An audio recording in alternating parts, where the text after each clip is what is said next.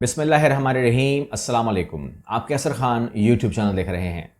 पिछली वीडियो में हम बात कर रहे थे कि अमेरिका जो है वो क्यों इन्वेस्टमेंट करना चाहता है या इन्वेस्टमेंट कर रहा है यूक्रेन के ऊपर, यूक्रेन के मामला क्या हैं और इसका रिजल्ट क्या आएगा। रिजल्ट में बात करेंगे, क्या प्यूटन अकेले हो गए हैं, प्यूटन की ख्वाहिश क्या है, अमेरिका की ख्वाहिश क्या है, और बहुत सारी बातें करनी है आपसे। तमाम वीडियो में कवर हो जाएगी। सबसे पहले अगर मैं बात करूं ज़ेलेंस्की की, पहले उनका वर्जन पूरा समझिएगा ताकि आपको समझ में आए कि उसके बाद जो वो है प्यूटन, वो क्या बोलते हैं और दुनिया क्या बोलती है, होने क्या जा रहा है। वो कहते हैं कि रूस ने हमले में, आपको मालूम है कि 2 दिन पहले 75 मिसाइल्स जो हैं वो दागे गए डाउनटाउन समेत पूरे यूक्रेन के अंदर। पहला सबसे बड़ा हमला हुआ है, यानी कि ओपन हमला हुआ, बाकायदा हमला हुआ है, सिटी के अंदर हमला हुआ है और निशाना बनाया गया। क्योंकि लोगों ने मुझे कहा कि आपने कहा 75 मिसाइल मारे हैं और बंदे सिर्फ 8 मरे हैं, ये एक शिकायत आई।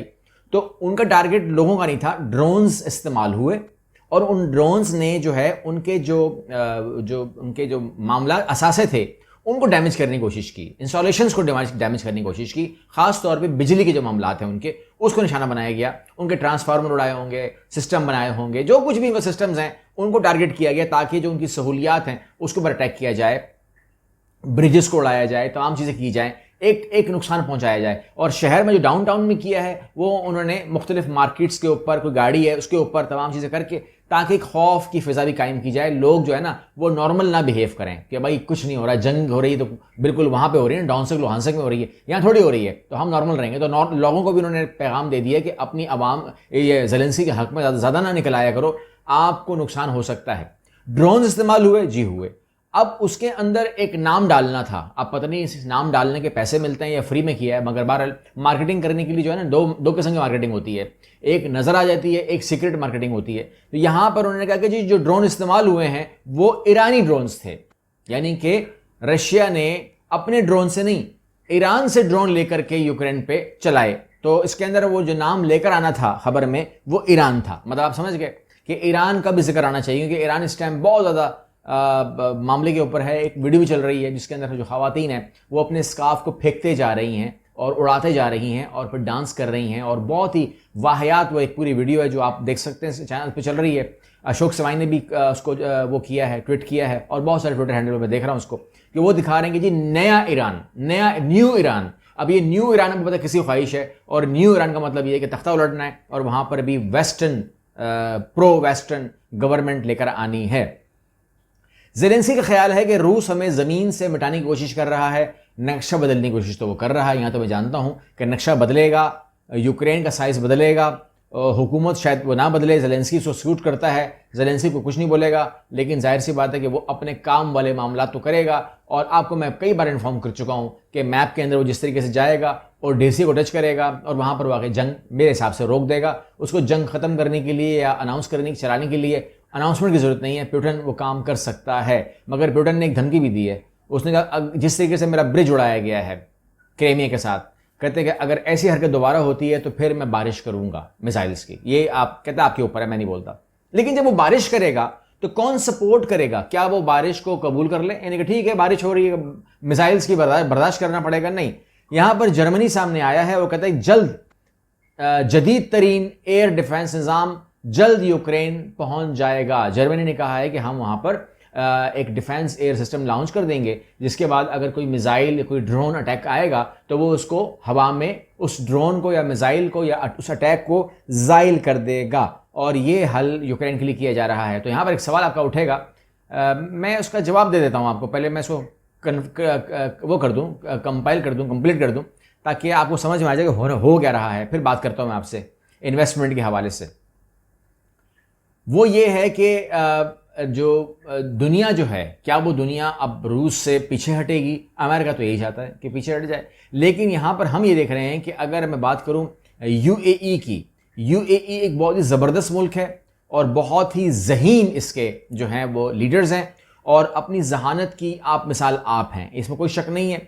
आप एतराज़ कर सकते हैं कि आप वो ये हैं या वो हैं, मगर मैं इनके कंट्री के हिसाब से कह रहा हूँ कि ये जो टीम बैठी हुई है, मोहम्मद बिन सलमान और ये जो वो हैं सदर एमिरेट्स के, ये जीनियस लोग हैं और ये अपनी कैलकुलेशन करते हैं, आज के लिए भी ये कैलकुलेशन करते हैं 5 साल, 15 साल, 20 साल, 25 साल कि हम उस टाइम हमें क्या नीड होगी, हम किस तरह करेंगे, क्या करेंगे, हमें अपना किस तरीके से, हमें हमारी इकॉनमी में उस वक्त माहौल क्या होगा, क्या चाहिए होगा, ये तमाम चीज़ें जानते हैं। उस पादाश में बात करूंगा तो मुत्तहिदा अरब अमीरात जो है उसके सदर जो हैं जिसका जिस तरह वो MBS हैं या MBZ हैं, MBZ आपको बहुत जल्द नज़र आएंगे रशिया के अंदर मुलाकात करते हुए प्यूटन से, क्योंकि इन्होंने, मैंने कहा, अक्लमंद ज़हीन आदमी हैं, इसीलिए अपने मुल्क को इस तरह चला रहे हैं कि ये किसी का प्रेशर ज़्यादा कबूल नहीं करते और अपने डिसीजन लेते हैं। बाज़ औक़ात बहुत बोल्ड डिसीजन लेते हैं ये, और वो दुनिया को पसंद नहीं आते, अक्सर पसंद नहीं आते, मगर ये अपने फ़ैसलों में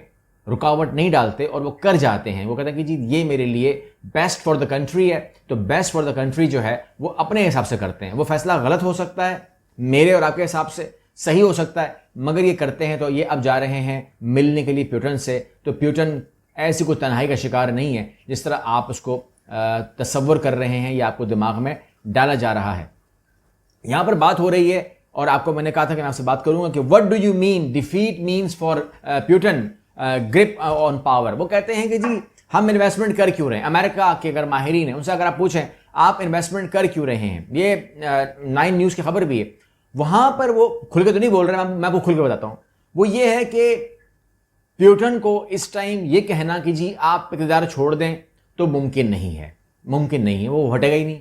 वो तादम मर्ग जो है 70 साल के हो गए हैं इमरान खान पाकिस्तान के अंदर और प्यूटन वहाँ पर रशिया के अंदर, तो 70 साल के तो वो हो गए। अब वो छोड़ेंगे नहीं, उनको पता मैंने छोड़ा तो मेरे को छोड़ेगा नहीं, लिहाजा वो रहेंगे। उसके बाद अगर आप ये चाहते हैं कि रशिया में उनके खिलाफ एहतजाज किया जाए जिस तरह ईरान में माहौल बनाया गया है, तो वो मुमकिन नहीं है कि इसके सामने एहतजाज खड़ा हो, क्योंकि ऐसा कोई लीडर है ही नहीं जो लोगों को मोबिलाइज करे। तो अमेरिका इसमें भी हार गया, उसने कोशिश की कि वो कुछ हो जाए लेकिन नहीं होगा। अब अमेरिका ने ये प्लान किया है कि एक काम करते हैं, जो यूक्रेन वॉर है वो इसको शिकस्त देते हैं रशिया को। अगर रशिया ने शिकस्त मान ली या रशिया ने वाइंड अप कर लिया या रशिया ने जंग खत्म करने का ऐलान कर दिया या कोई भी ऐसा अंसर निकालिए जिसमें तासुर कायम हो कि जिस तरह वो अफगानिस्तान से भागे हैं इस तरह ये यूक्रेन से भाग जाएं। वो कहते हैं कि जब हम इतने बड़े चैंपियन होकर अफगानिस्तान से भाग सकते हैं तो रशिया को यूक्रेन में हरा कर हम उसको भगा सकते हैं। और अगर ये काम हो गया कि रशिया को इन्होंने यूक्रेन से भगा दिया तो फिर वो कह रहे हैं कि उम्मीद रखें कि हम इसको हराते ही वहाँ पर ये चीज़ खड़ी कर सकते हैं कि बहुत बेइज्जती करवा दी है इसने इस मुल्क की, इसको उतारा जाए। तो वहाँ पर कैंपेन शुरू होगी कि एक रशिया, इतने बड़े रशिया को हराने वाला और इसकी इज्जत डुबोने वाला, इसको फोर्सफुली हटाया जाए। और ऐसे लीडर नहीं होता, इसको हटाया जाए। उसने मिट्टी में मिला दिया है। और जैसे ही ये माहौल क्रिएट होगा वहाँ पर कुछ रियासतों को खड़ा किया जाएगा और रशिया के अंदर से, और उनको कहा जाएगा कि आप कम से कम आप, अगर आप बोले मैं नहीं मानता प्यूटन को, तो वो नहीं मानेंगे प्यूटन को, तो वहाँ पर एक क़यादत खड़ी हो जाएगी और वो जो रियासतें हैं, वो जो ममालिक हैं वो अलग होना चाहेंगे, रियासतें अलग होना चाहेंगी और इस तरीके से रूस जो कि नक्शे में बहुत बड़ा है तोड़ा जाएगा। तो ये एक ख्याल है कि रूस को तोड़ना बहुत ज़रूरी है क्योंकि उसका साइज़ बहुत ज़्यादा मैटर करता है और प्यूटन की हुकूमत बहुत ज़्यादा मैटर करती है।